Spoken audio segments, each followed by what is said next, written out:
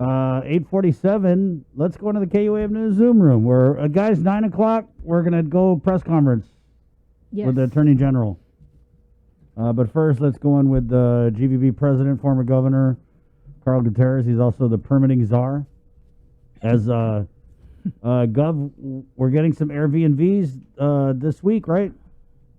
We yeah, several came in, and some from the Philippines, and they're just done with their quarantine, and they got their shots, and their second shots. So they're out now. They have to go back and come back again, but they're kind of waiting now. They don't want to go back for a 14-day quarantine in the Philippines, but they're here, and it's part of their their dual citizen. But we also had 3 people come in from Japan who are a member of the CBS network there in Japan. And one of them, his name is Randy Schmidt, who was here during the Korean Airline 801 crash. And he was the one that interviewed me with Jackie Zemansky, who unfortunately passed away in Canada. But they're the ones that put me on the Larry King Live and Bernard Shaw. So we had some kind of relationship. So when they heard about the Airbnb, he kind of reached out to a friend, and they said, "Hey, that's the same guy I interviewed." So we got connected that way. That guy's still around? That's the guy I interviewed. Yeah, and we're gonna be in front of you guys forever. We got no problem with that. Oh, thank you. But But yeah, yes, they're here, and they came in Saturday evening. They are going to finish their 6th day on Friday. They will get a PCR test. They're negative. They come out Saturday, and they want to get their Johnson & Johnson shot. So if they have to go right back, then they will. But hopefully they can stay 4 more days because the Olympics will continue to go on. And so that's where it is, and they're going to hopefully do a couple of stories about Guam and the program and how we're faring out here and what the governor has put in place that seems to be working for us to recover quickly, especially the vaccination rate that we're up to, over 70,000, 75,000 double vaccinated already, and hopefully we reach the 100,000 by July 1st and 21st rather. And so that's a story in itself. How we have survived out here even with the way the CDC does their formula to rate us what category we're in, where we go up and down from 4 down to 2 and then back up. It's not necessarily because we really went out of whack. It's just that formula somehow puts us in that category. Yeah, it's like the CDC cha-cha because we go back, forward, back, forward. Yeah, it's but I think the governor has been pursuing that we get back down to 3 and then to 2. Right. And but that's not the situation. Is for the tourists to start coming in, is that whatever protocol we have in place, for U.S. citizens, they come in and they'll go through protocol as these people from CBS are doing. They don't mind it, as they love it that do sit there. They're looking at the beach, and so once anybody that wants to come in will come in. And like I said, I got on the Zoom conference with the American Chambers of Commerce in the Philippines on last Friday, and they're all very excited. Some businessmen that were on, there was over 15 of them. There's one company that said, "I have 171 employees. I hope Philippine Airlines can get a charter for us to come there and get it done and come back." So they're looking at Guam because they're getting the shots there in the Philippines. Is unless you're wealthy or in the high class category, you're not going to get in line for that shot. And so they want to get their people vaccinated. Is also what might be attractive, and maybe you can speak on that, is the fact that because the Philippines, I understand the type of vaccines they're offering there aren't the U.S. The FDA, the Pfizer, the Moderna, the not American made. Yeah, the Johnson & Johnson. I think it's AstraZeneca. Yeah. In the Philippines. And then I think there's also they have the Sinovac. There's Sinovac, Goldilocks, and Sinovac, and out your back. I don't know what it is, but they Red don't. ribbon. They're taking it though, Yeah. because that's what's available. They told us of a story last week where somebody said that there was Moderna over in this particular place, that people had appointments to get vaccinated, and there was a rush, and they just it was not true, but everybody wanted something else than Sinovac. But they'll take it. These Americans and these Norwegians and others that are part of this chamber group, they said they'll take Sinovac because that's what's available. Right. But they don't want to necessarily, and that it's going to take their people a long time. They're top of the corporations, and everybody below that is going to wait until they call your number or your name, and or you sign in, and heaven forbid how long it's going to take. And their concern is that the real people, the ones in the barrio, are just not getting to get the vaccination. So it's going to be tough, and they want to come to Guam and get the American vaccination. What about the money, the ROI on this, Gov? The what? The return on investment. I mean, we didn't really invest in anything because we got the vaccine for free. But when we do these Airbnbs, are we seeing some spend with this associated with it? Well, if the governor approves of it, we've been working with the Surgeon Cell and Public Health. We're waiting for them to actually put a final approval on what they gave us as a possible protocol. That when you come here, you after the first day, you can get the first shot in a hotel of your choice, and you pay for it, but you go through the protocol. And hopefully most of the hotels then will be, they can categorize a floor, for example, as the quarantine and very little movement of these people. And so we've got that protocol.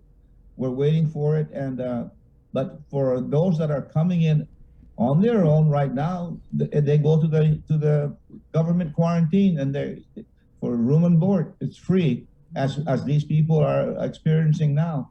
And we don't necessarily want to do that, because although the vaccines are free, we're using CARES money to pay for the hotels, where we could use it for something else. Okay. So it's there, and hopefully with this Afghan movement, that I'm kind of waiting for someone to call me from Afghanistan. That's our next Ask Gov. So I know you know stuff. People tell you things, right? So what can you tell us about the Afghan refugee situation? Well, the reason why they're kind of, this special interest group, humanitarian group, picked Guam and pushing for Guam is the fact that we've gone through 2 of these evacuation processes.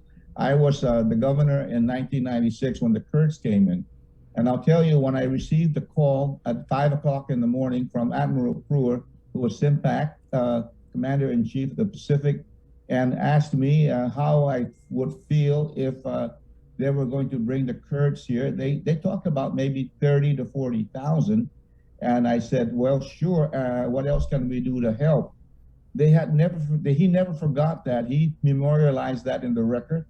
And that year later, when Typhoon Paka hit us, I mean, you had ships bringing in supplies, C-5As, planes coming in to help us because we helped them at the time of need.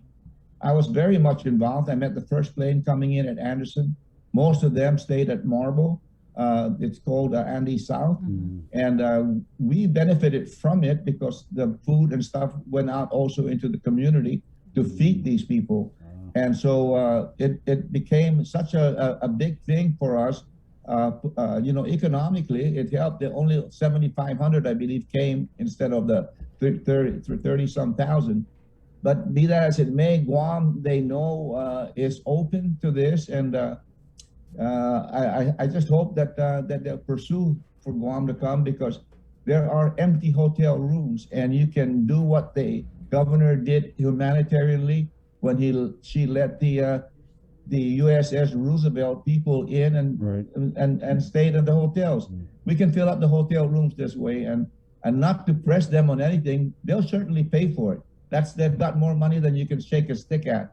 So this is not a thing that we have to make conditions that you come here, you have to pay for it. We know they will pay for it, and we know that that's not our way. Our way is to make sure that our people are safe, as we did with the Roosevelt. We can do it with these refugees from Afghanistan, and let's just do our part. I think that it would serve Guam well in the future. Gov, so we had Carlotta on yesterday, and she said there's nothing official. But in talking to you, it kind of sounds like this thing is really moving forward. Have you heard anything official? No, I have not heard anything. I just know that they really are pressed when they say Guam or bust. That's the only way to do it, is to parole them into Guam en masse, bring them in by the plane loads. They've even got everything down, and it's like a 8-hour flight, 5,000 miles from direct flight from there nonstop over the Tibet, but it's going to come here, and so I'm not hearing anything except that Guam, I think, is the only chance, save them hurrying up in the issuance of this special visas, which they know they cannot complete by September. Yeah. And so that Guam then, as it gets closer to June, July, they'll realize that, hey, this is the only way to get these people out and not leave them stranded there. So that's how I'm looking at it. Nothing official. I'm not privy to anything except that from contacts that have been made with me, that there's a Stars and Stripes person in Afghanistan assigned there that might be reaching out to me to maybe get a background on what happened with the Kurds here in 1996, 25 years ago. Well, that's something kind of official. They're looking at Guam still. Yeah. I mean, that's kind of official. If you have Stars and Stripes is writing up something on it. I mean, another media report, which is all we've seen so far. Mm-hmm. So, that's just, Guam again is going to be in the spotlight. And the governor, I know, will make sure first that the same protocols that were done for the military that were put here would be in the same category as the Kurds being kept, at bay, so to speak, by the military, as they did. So it's not going to be National Guard necessarily, but they'll bring their own people in to secure the premises and make sure that everyone here is safe, not only the Chamorros, but also them. Yeah. So I don't feel like that we would be abandoned by the cost of the military presence. Well, thank you, Gov, for coming on and sharing your perspective and your experience with the Kurdish evacuation operation Pacific Haven. We got to head into this press conference now with the Attorney General's office regarding the U.S. Supreme Court's decision for the order. That's a great decision, and I hope that they pay because they owe us. Thanks. That's it. Right. There you go. Give us money. And weren't you the governor when the consent decree happened? No, it was signed by Mr. Governor Felix Camacho on the settlement. All right. But I fought them, but I didn't get the legislative support to continue the fight. And now, the Attorney General did a great job by pressing forward. All right. Well, thank you, Gov. Thanks, Gov. Thank you. Next time I'll ask you about permitting czar questions because we're out of time. Okay, yeah. Okay. All right. I'm ready. Thanks. Just.